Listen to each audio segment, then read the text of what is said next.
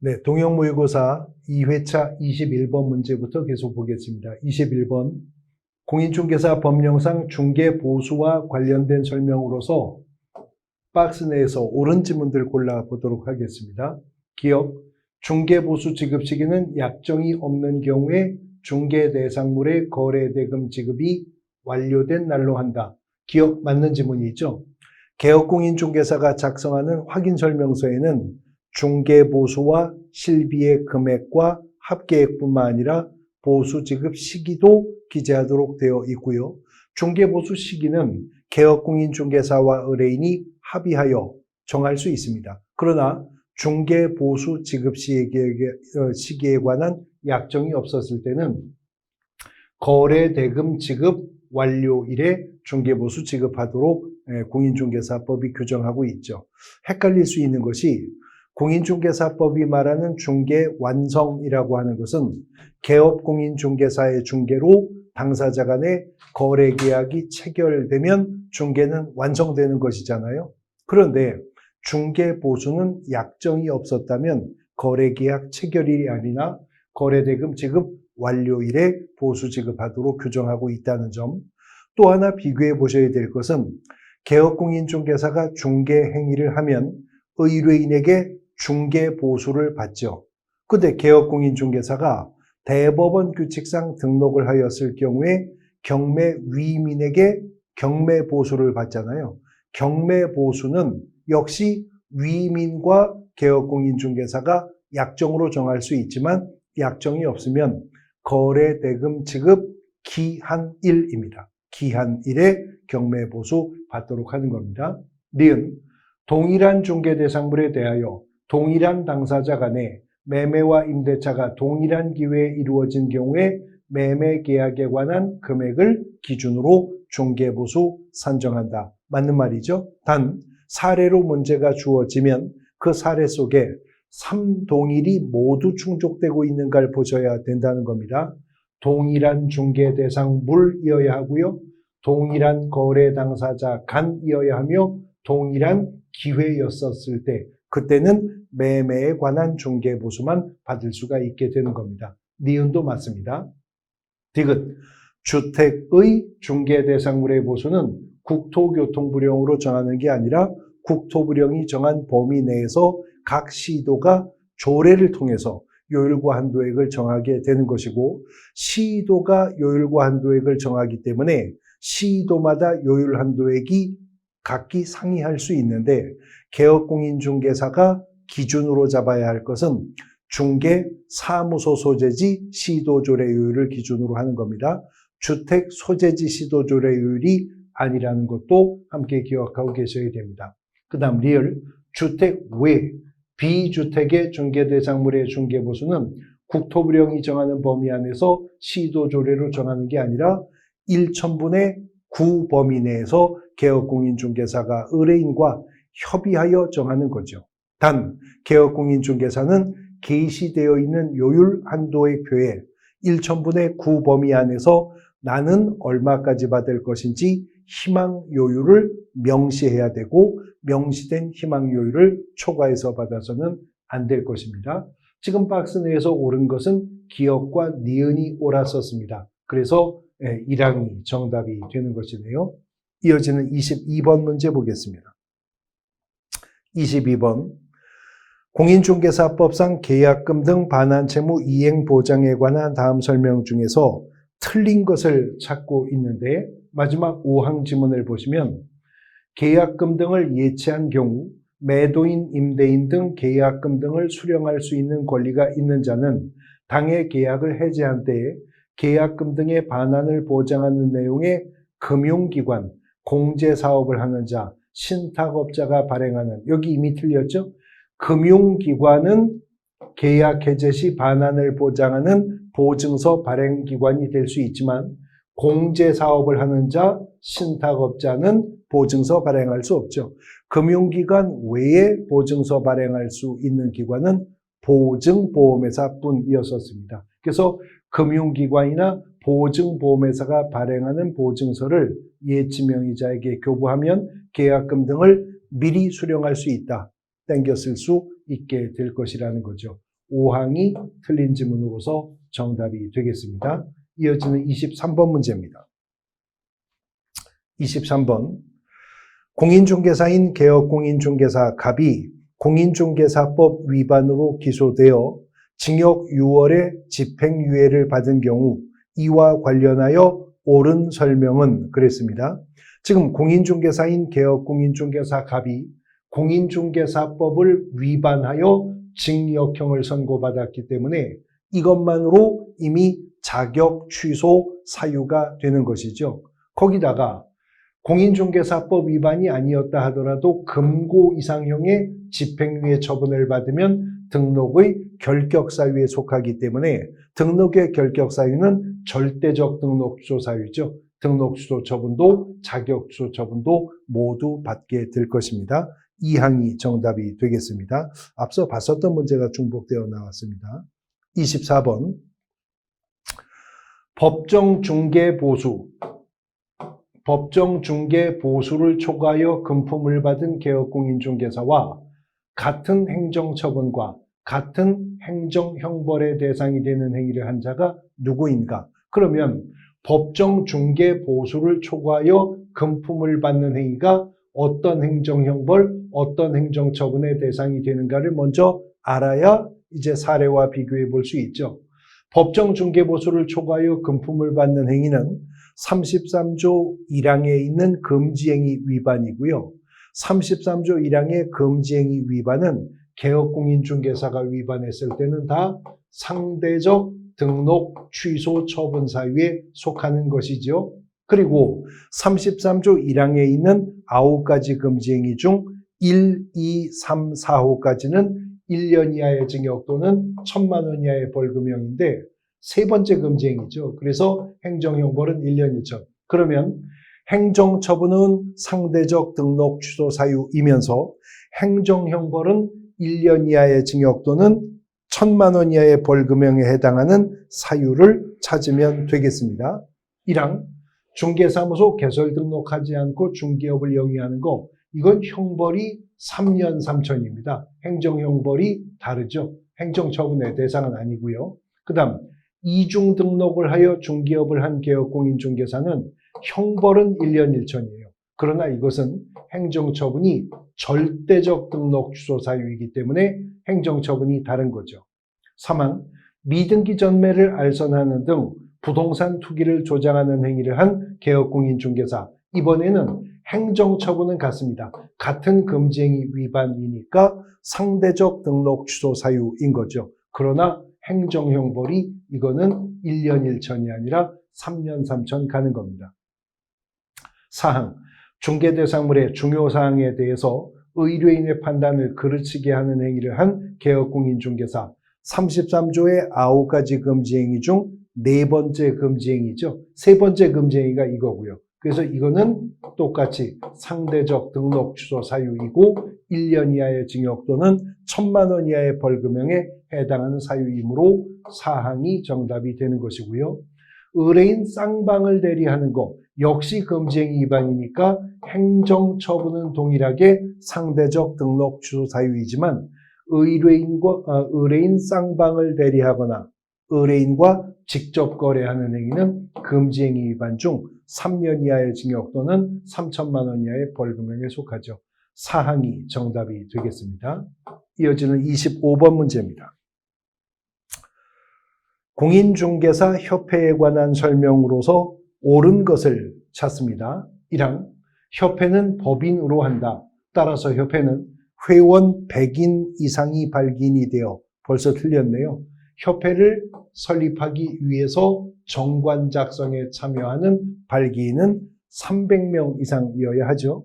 300명 이상이 발기인이 되어서 정관을 작성을 하고요. 창립총회 의결을 거친 후 국토교통부 장관의 허가가 아니라 인가죠. 인가를 받아 주사무소 소재지에서 설립 등기를 함으로써 협회는 성립되게 되는 것입니다. 2항, 300인 이상의 회원이 참석해야 하는 창립총회는 발기인이 300인 이상이지 창립총회는 300인이 아니라 600인 이상이죠. 600인 이상의 회원이 참석하는 창립총회에 서울특별시에서는 100인 이상, 나머지 각 시 및 도에서는 20인 이상이 분포되어 있었어야 되는 겁니다. 3항, 이 법에서는 협회가 시도 지부를 시군구의 지회를 둘 의무를 부과하고 있지 않지만 지부를 둘 경우에 국토부 장관의 승인을 얻나요? 아닙니다. 정관이 정하는 바에 따라서 협회가 지부나 지회를 둘 수 있는데 지부를 설치한 때에는 시도지사에게 신고하면 되고 지회를 설치한 때에는 등록관청에 신고하면 되는 사항이지 승인받아야 될 사항 아닙니다. 4항, 협회가 광역시에 지부를 설치한 때에는 광역시장에게 신고한다. 지부를 설치한 때에는 시도지사에게 신고를 하는 것이니까요. 그래서 4항이 옳은 지문 정답이 되겠고요. 5항, 협회는 총회 의결 내용을 다음 달 10일까지 국토교통부 장관에게 보고한다. 다음 달 10일까지가 아니라 지체 없이 국토교통부 장관에게 보고하도록 하고 있는 것입니다. 사항이 옳은 지문으로서 정답이 되겠습니다. 이어지는 26번 문제. 공인중개사 법령상 개업공인중개사 등의 교육에 관한 설명으로서 틀린 것을 묻고 있는데요. 1항 지문을 보시면 실무교육과 연수교육은 시도지사가 실시하나. 자, 여기까지 맞습니다. 실무교육과 연수교육 실시권자는 오직 시도지사뿐인 거죠. 그런데 직무교육은 국토부 장관, 시도지사 또는 등록관청이 실시한다. 국토교통부 장관은 직무교육 실시권자가 아니고 시도지사와 등록관청이 중개보조원을 대상으로 한 직무교육을 실시하게 되는 것이죠. 국토교통부 장관, 시도지사, 등록관청이 실시하게 되는 교육은 부동산 거래사고 예방교육이었었습니다. 그러므로 공인중개사법상 국토교통부 장관이 시행할 수 있는 유일한 교육은 부동산 거래사고 예방교육뿐이죠. 단 국토교통부 장관은 실무교육, 연수교육, 직무교육의 전국적 균형 유지를 위해서 필요하다면 교육의 지침을 마련해서 시행할 수 있는 것일 뿐입니다. 1항이 틀린 지문으로서 정답이 되겠습니다. 이어지는 27번 문제 보겠습니다. 27번. 공인중개사법상 포상금 제도에 대한 설명으로 옳은 것을 찾겠습니다. 1항. 중개 의뢰인과 직접 거래하는 등 위법 중개 행위를 한 개업공인중개사를 등록관청에 신고한 자는 포상금 지급받을 수 있다? 없죠. 공인중개사법 위반 행위를 신고했다고 해서 신고 또는 고발인에게 다 포상금 주는 거 아닙니다. 무등록 중개업자나 거짓 그 밖에 부정한 방법으로 등록을 한 자나 등록증이나 자격증을 양도되어 한 자나 받은 자 또는 개업공인중개사가 아닌 자로서 중개대상물 표시광고한 자 그리고 부동산 거래질서 교란 행위자를 신고 고발했을 때에만 포상금은 지급이 되는 거죠. 2항, 포상금은 건당 50만 원으로 하며 거기까지 맞는데 포상금 지급에 소요되는 비용 중 일부를 협회에서 보조할 수 있는 게 아니라 국고가 보조할 수 있다고 규정이 있을 뿐이죠. 그리고 국고가 보조할 수 있는 비율은 100분의 50% 범위 내에서만 국고가 보조될 수 있는 겁니다. 3항, 포상금은 그 신고 또는 고발 사건에 대해서 검사가 공소 제기를 한 경우에 한하여 지급합니까? 공소 제기하지 않았다 하더라도 기소 유예 처분이 있어도 수사기관의 처분 내용을 조회한 등록관청은 포상금 지급을 결정하게 됩니다.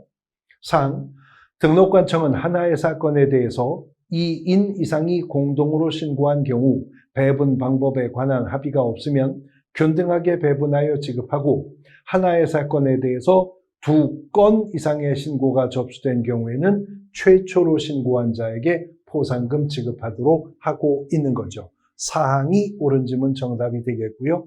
5항, 포상금 지급 신청서를 제출받은 시도지사는 포상금 지급을 결정하고 이미 틀렸는데 포상금 지급 결정은 시도지사가 하는 것이 아니라 수사기관의 처분 내용을 조회한 등록관청이, 행정기관으로 표현하면 시장군수구청장이 포상금 지급을 결정하게 되는 것이죠.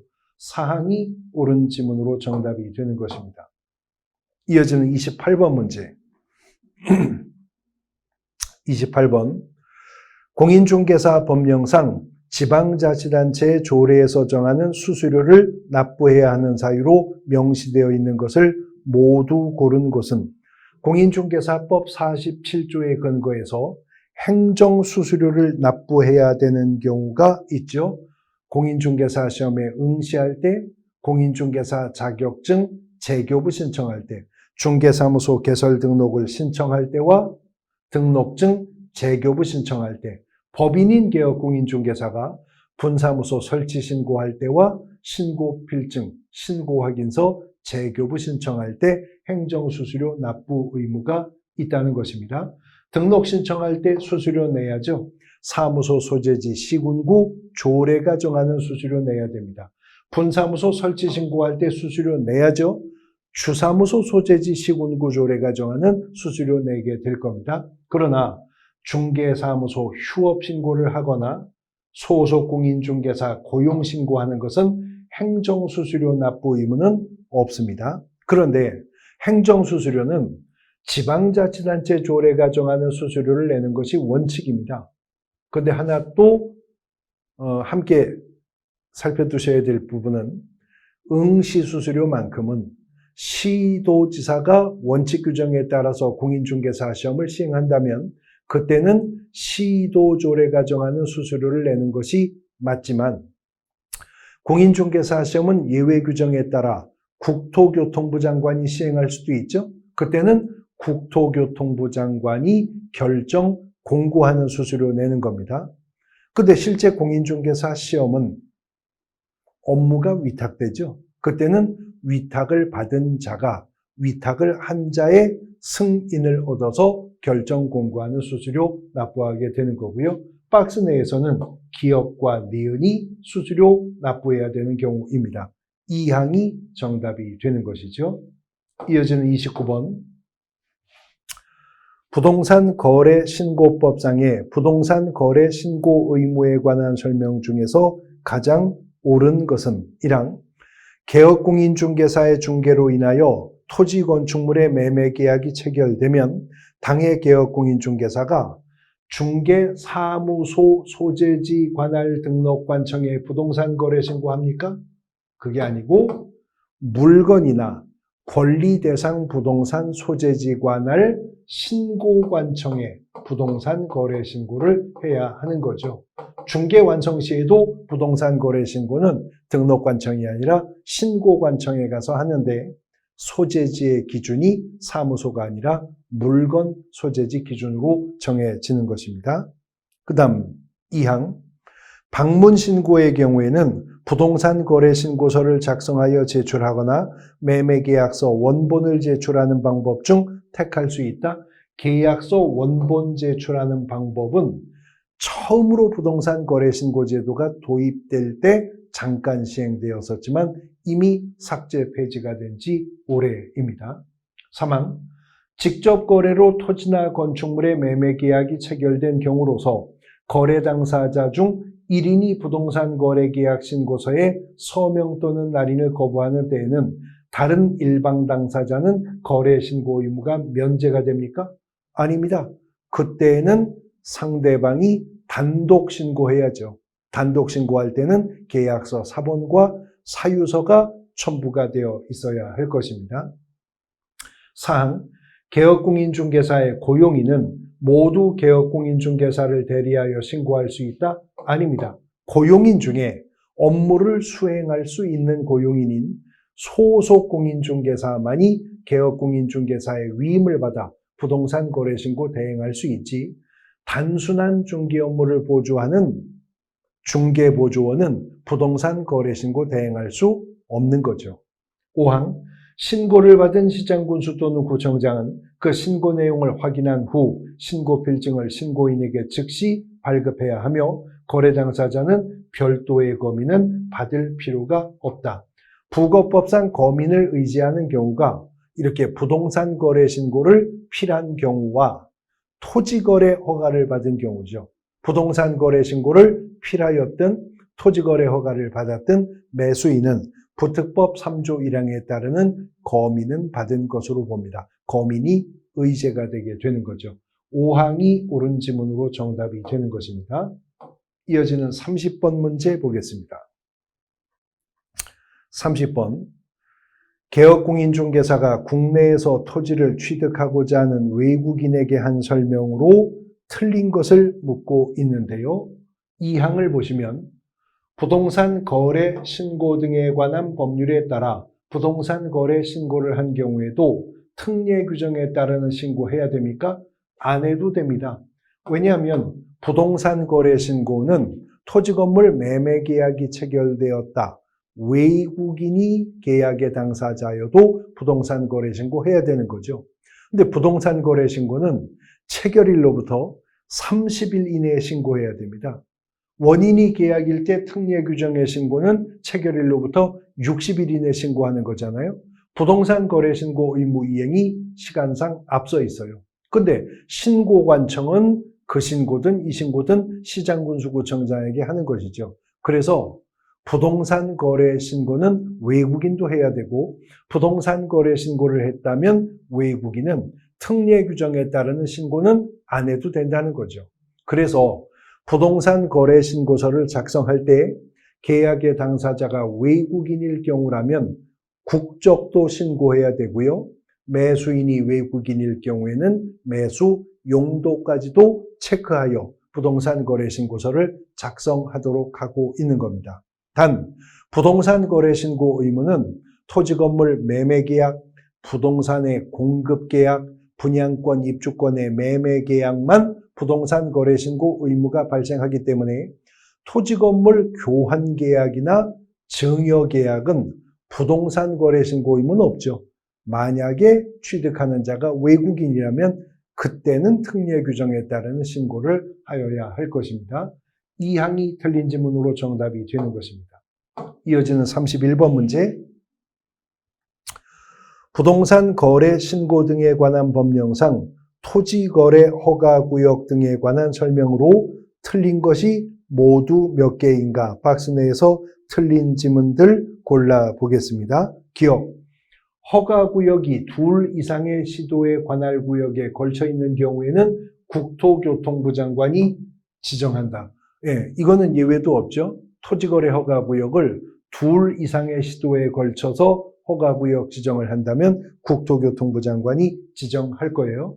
니은 허가 구역이 동일한 시도 안에 일부 시군 또는 구의 지역인 경우에는 시장군수구청장이 지정하나요? 그때는 시도지사가 지정하는 거죠. 시장군수구청장은 토지거래 허가권자이지 지정권자가 되는 것은 아니니까요. 디귿 허가구역의 지정은 허가구역의 지정을 공고한 날로부터 5일 후에 그 효력이 발생합니다. 디귿은 맞는 말이고요. 리을 허가구역에 거주하는 농업인이 그 허가구역에서 농업경영에 이용할 목적으로 토지거래계약 허가를 받은 때에는 원칙적으로 토지 취득일로부터 2년간 그 토지를 허가받은 목적대로 이용해야 된다. 그렇죠. 만일 토지거래 허가를 받아놓고도 허가받은 목적대로 이용하지 않게 되면 이행명령의 대상이 되죠. 이행명령을 받고도 이행하지 않았을 때는 이행강제금의 대상이 될 것이고요. 미음, 불허가 처분을 받은 자의 매수 청구에 대해서 허가관청은 공공기관 등 중에서 매수할 자를 지정하여 매수할 자로 하여금 감정가격이 아니라 공시지가를 기준으로 해서 매수케 하게 되는 거죠. 토지거래 허가 신청을 했다가 불허가 처분을 받은 자는 1개월 이내에 매수 청구할 수 있죠. 그러면 허가권자는 매수할 자를 지정하여 그 토지를 매수케 하되 공시지가 기준으로 하여 매수 가격은 결정되게 될 것입니다. 한편 선매 협의가 이루어지는 경우라면 선매 가격은 감정인이 감정한 감정가격을 기준으로 하는 것이 맞는 거고요. 박스 내에서 틀린 것은 니은과 미음이 틀렸습니다. 두 개가 틀렸으니까요. 2항이 정답이 되겠습니다. 이어지는 32번 문제 보겠습니다. 32번. 다음은 거래계약과 관련된 설명이다. 틀린 설명은 사항 지문을 보시면 만일 중도금 지급기일에 중도금을 지급하지 않으면 계약은 자동으로 해제가 되는 건가요? 중도금 지급기일에 중도금이 지급되지 않았다고 해서 계약이 자동으로 해제가 되는 건 아니죠. 이제 상당 기간의 최고 절차가 있어야 될 겁니다. 상당 기간 최고한 후에야 계약을 해제할 수가 있게 되는 것이죠. 그래서 사항이 정답이 되는 겁니다. 이어지는 33번 문제. 다음은 거민계약서에 관한 설명이다. 옳은 것은, 옳은 거 1항, 거민계약서의 서식은 특별히 정해진 것이 없다. 1항이 옳은 지문이죠. 부동산 등기 특별조치법이 거민 신청하는 계약서에 정형화된 법정 서식을 정하고 있지는 않습니다. 단 거민 신청하는 계약서의 필수적 기재사항만 모두 6가지 정해두고 있죠. 당사자, 목적 부동산, 계약 연월일, 거래 대금과 지급일자 또는 평가액 정산액의 차액에 관한 사항, 개업공인중개사가 있는 경우에는 개업공인중개사, 조건과 기한이 있는 경우에는 조건과 기한입니다. 이 6가지 필수 기재사항이 모두 충족되는 거민신청계약서라면 서식은 어떠해도 상관이 없고요. 부특법상 거민권자로서의 시장군수구청장은 실질적 심사권이 없기 때문에 거민 신청하는 계약서에 형식적 요건이 충족이 되어 있다면 그 계약서에는 거민을 날인하도록 하고 있는 겁니다. 1항이 옳은 지문 정답이고요. 2항, 계약 당사자 쌍방이 공동 신청해야 된다. 아닙니다. 부동산 거래 신고는 직접 거래 시에는 당사자가 공동으로 신고하도록 되어 있잖아요. 근데 거민 신청은 계약 당사자 중에 1인이나 그로부터 위임을 받은 자 또는 계약서를 작성한 변호사, 법무사, 개업공인중개사가 거민 신청할 수도 있습니다. 3항, 등기 원인을 증명하는 서면이 집행력 있는 판결서일 때에는 거민이 생략되나요? 아닙니다. 원칙은요, 부동산 등기 특별조치법 3조 1항에 의해서 계약을 원인으로 부동산의 소유권이 이전이 될 때 거민을 받는 겁니다. 그러나 등기 원인을 증명하는 서면이 집행력 있는 판결서이거나 조서일 때에는 그 판결서나 조서 정본에도 거민을 받도록 하고 있는 거죠. 4항, 거민권자인 시장군수구청장 실질적 심사권이 있다. 이미 앞선 지문 해설에서 언급이 있었는데 부동산 거래 신고관청으로서의 시장군수구청장은 실질적 심사권이 있죠.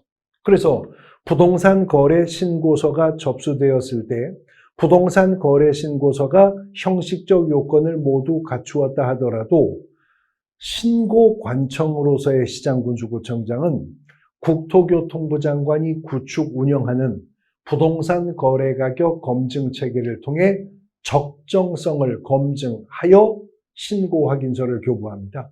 그러나 부동산 등기 특별조치법상의 거민권자인 시장군수구청장은 실질적 심사권이 없이 형식적 심사권만 갖기 때문에 부동산 등기 특별조치법이 요구하는 필수적 기재사항 6가지가 누락 없이 모두 기재되어 형식적 요건을 갖춘 계약서라면 그 계약서에 거민 날인해 주도록 하고 있죠. 5항, 증여계약을 체결한 경우에는 이전 등기 신청 시에 거민계약서 제출하지 않아도 된다? 제출해야 됩니다. 왜냐하면 부동산 등기 특별조치법이 유상계약만 거민받으라고 말하지 않았습니다. 쌍무 계약만 거민받아야 한다는 말도 없습니다. 그냥 계약을 원인으로 부동산의 소유권이 이전된다면 그 계약서 등의 거민을 받도록 하고 있기 때문에 교환계약서는 물론이고 증여계약서도 부동산 등기특별조치법상 거민을 받아야 하는 것이고요. 교환계약이나 증여계약은 부동산 거래 신고의 대상이 아니죠. 아니기 때문에 만일 부동산 거래 신고 대상이었었다면 부동산 거래 신고를 통해 거민이 의제되었을 것인데 부동산 거래 신고 자체를 안 하는 거래 계약이므로 지금도 거민은 받아야 되는 것입니다. 1항이 옳은 지문으로서 정답이 되겠습니다. 이어지는 34번 문제. 다음은 부동산 실권리자 명의등기에 관한 법률의 내용으로 명의신탁에 관한 사항을 설명한 것이다. 틀린 것은 어느 것인가? 그랬는데 3항 지문을 보시면요. 3항. 가등기 담보의 경우는 실제 부동산의 거래를 목적으로 한 것이 아니므로 명의신탁으로 인정되어 법을 위반한 사항으로 간주되며 채무변제의 목적의 사유가 소명되더라도 인정되지 않는다. 3항이 틀린 지문이죠. 물론 부동산 실권리자 명의등기에 관한 법률은 명의신탁 약정을 무효로 하고 그 등기와 물권 변동을 무효로 합니다. 그러나 실명법이 금지하는 명의신탁에서 예외를 인정하는 경우가 있는데 양도담보, 담보가등기의 경우, 또 상호 명의신탁의 경우, 또 신탁법이나 신탁업법상 신탁재산인 사실을 등기하는 신탁등기의 경우는 그러하다는 사실을 등기관에게 객관적으로 소명하면 실명법 위반이 아니죠. 예외가 인정이 되는 겁니다. 그 다음 이런 예외가 인정되는 경우와는 달리 특례가 인정되는 경우가 있죠. 종중의 명의신탁의 경우, 법률혼을 전제로 한 배우자 간의 부동산 명의신탁의 경우, 그리고 종교단체가 산하기관 소유 부동산을 상회 명의로 등기하는 경우인데 이것은 조세포탈이나 법령상의 제한의 회피나 강제 집행을 피할 것을 면탈을 목적으로 하지 않는, 즉 위법을 목적으로 하지 않는 경우에는 특례가 인정이 되는 케이스가 되는 거고요. 3항 예외가 인정되니까 실명법 위반이 아닌 것이 됩니다. 3항 정답이 되겠습니다. 이어지는 35번 문제. 다음 중 분묘기지권과 관련한 내용으로서 틀린 것을 묻고 있는데요. 3항을 보시면 분묘기지권의 존속기간은 당사자 사이에 약정이 있더라도 분묘를 수호 봉사하는 한 계속된다. 약정이 있다면 거기에 기속이 될 거죠. 그런데 분묘기지권은 당사자 사이에 약정이 없었다면 그때는 분묘가 존재하고 분묘를 수호 봉제사할 수 있는 한 분묘기지권은 존속하고 있다고 보는 것입니다. 그러나 약정이 있었다면 존속기간의 약정은 거기에 구속을 받게 될 것입니다. 3항이 틀린 지문으로 정답이 되는 것입니다. 36번 문제 보겠습니다. 36번. 주택임대차 보호법에 관한 설명으로서 틀린 것을 묻고 있는데요. 2항 지문을 보시면 확정일자 없이 대항 요건만을 갖춘 임차인은 임차권 등기 명령에 의해 임차권 등기가 격려된 경우에 우선 변제권 취득하지 못하나요? 취득하죠. 언제? 임차권 등기가 격려된 날 우선 변제권이 생기게 될 거예요. 그런데 임차인이 이미 대항력과 확정일자에 의한 우선 변제권을 확보하여 유지해 오고 있었던 임차인이라면 이 임차인이 임차권 등기를 격려하게 되었을 때는 종전의 대항력과 종전의 우선 변제권이 그대로 소급하여 인정되어 가게 될 거라는 거죠. 그리고 임차권 등기가 격려되면 그 후로는 더 이상 대항 요건을 유지하지 않아도, 다시 말해 주소를 옮기거나 방을 빼도 임차인은 대항력을 상실하지 않게 될 것입니다. 2항이 틀린 지문 정답이 되는 것이죠. 이어지는 37번 문제 보겠습니다. 37번.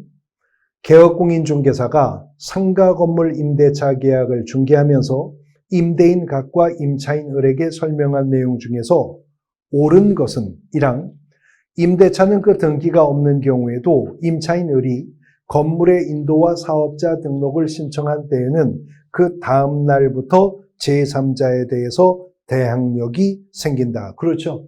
주택임대차 보호법상의 대항요건은 주택의 인도와 주민등록 전입신고이지만 상가건물 임대차 보호법상의 대항요건은 상가건물의 인도 및 사업자 등록 신청입니다. 이 요건을 구비하게 된 임차인은 요건을 확보한 다음 날 이길 0시에 대항력이 발생하게 됩니다. 단, 등기 없이 발생하는 이러한 대항력은 임차인이 대항요건을 유지하고 있는 동안만 대항력도 함께 유지되어 가는 거죠. 요건 중에 어느 하나라도 결하게 되면 그 즉시 대항력 상실입니다. 후일 요건을 회복하게 되면 회복한 이길 0시에 새로운 대항력이 발생하는 거지 종전의 대항력이 소급해서 인정되어 가지는 않는 것입니다. 1항 옳은 지문이고요. 2항 을은 소액임차인으로서 대항력만 갖추면 어떠한 경우에도 소액보증금 전부를 최우선적으로 변제받을 수 있다? 그렇진 않은 것이 만일 소액임차인들이 여럿이 있다면 그들이 주장하는 최우선 변제 금액은 주택가액, 상가 건물가액의 2분의 1 범위 내에서만 보장이 될 것입니다. 3항, 을이 소액임차인일 때 건물가액의 3분의 1이 아니라 2분의 1 범위 안에서 보증금 중 일정액을 다른 담보 물건보다 우선하여 변제받을 권리. 그게 최우선 변제권이잖아요. 주택임대차 보호법이든 상가건물 임대차 보호법이든 최우선 변제권은 주택 또는 상가건물가액의 2분의 1 범위 내에서만 인정이 되는 겁니다. 4항, 갑과 을이 상가건물의 임대차 계약 기간을 1년 미만으로 정하는 경우에 갑과 을 모두 그 기간이 유효함을 주장할 수가 없다 그랬는데 주택임대차 보호법도 그렇지만 상가건물 임대차 보호법도 임차인을 보호하기 위해서 만들어진 편면적 강행 규정이라는 거죠. 그러므로 임차인 을은 1년 미만의 약정이 유효함을 주장할 수도 있습니다. 그러나 1년 미만의 약정을 했다고 해서 임대인 갑이 약정의 유효함을 주장할 수는 없게 될 것이라는 거죠. 5항, 을이 주민센터에서 임대차 계약서의 확정일자를 받으면 이미 틀린 것이 지금 37번 문제는 상가건물 임대차 계약 문제입니다. 그러면 확정일자는 을이 주민센터로 가면 안 되죠. 주택임대차 계약증서 원본은 법원, 등기소, 공증사무소 혹은 주민센터에 가서 확정일자를 받을 수도 있습니다. 그러나 상가건물 임대차 계약서의 확정일자는 반드시 관할 세무서에 가서 확정일자를 받아야 하는 것이니까요. 1항이 옳은 지문으로서 정답이 되는 것입니다. 이어지는 38번. 개업공인중개사가 중개 의뢰인에게 상가건물 임대차 보호법에 대해서 설명한 내용 중에서 틀린 것을 묻고 있는데요. 마지막 5항 지문을 보시면 임차인의 차임연체액이 2기가 아니죠. 상임법은 3기입니다. 3기에 달하는 때에 임대인은 임대차 계약을 해지할 수 있는 거죠. 또 상가 임차인은 최초의 임대차 계약 기간을 포함해서 10년을 초과하지 않는 범위 내에서 갱신 요구할 수 있죠. 그런데 만일 임차인이 3기에 달하는 차임연체가 있었다면 임대인은 그 임차인의 갱신 요구를 정당하게 거부할 수 있게 됩니다. 둘 다 3기지 2기가 아닌 것이죠. 5항이 틀린 지문으로서 정답이 되겠습니다. 이어지는 39번 문제. 다음은 법원 경매의 일반적 절차를 설명한 것이다. 틀린 것을 묻고 있는데요. 1항, 매각기일에 허가할 매수 신고인이 없어서 유찰된 경우에 다시 경매 절차 진행하는데 그것은 재매각이 아니라 세매각인 거죠. 세매각인 거죠. 그러면 매각 조건이 바뀌어야죠. 저감률 적용을 하여 세매각 절차가 진행될 겁니다. 자, 이번에는 최고가 매수 신고인이 나왔는데 이자가 경매 물건이 농지였는데도 농지 취득 자격 증명을 집행법원에 제출하지 못한다.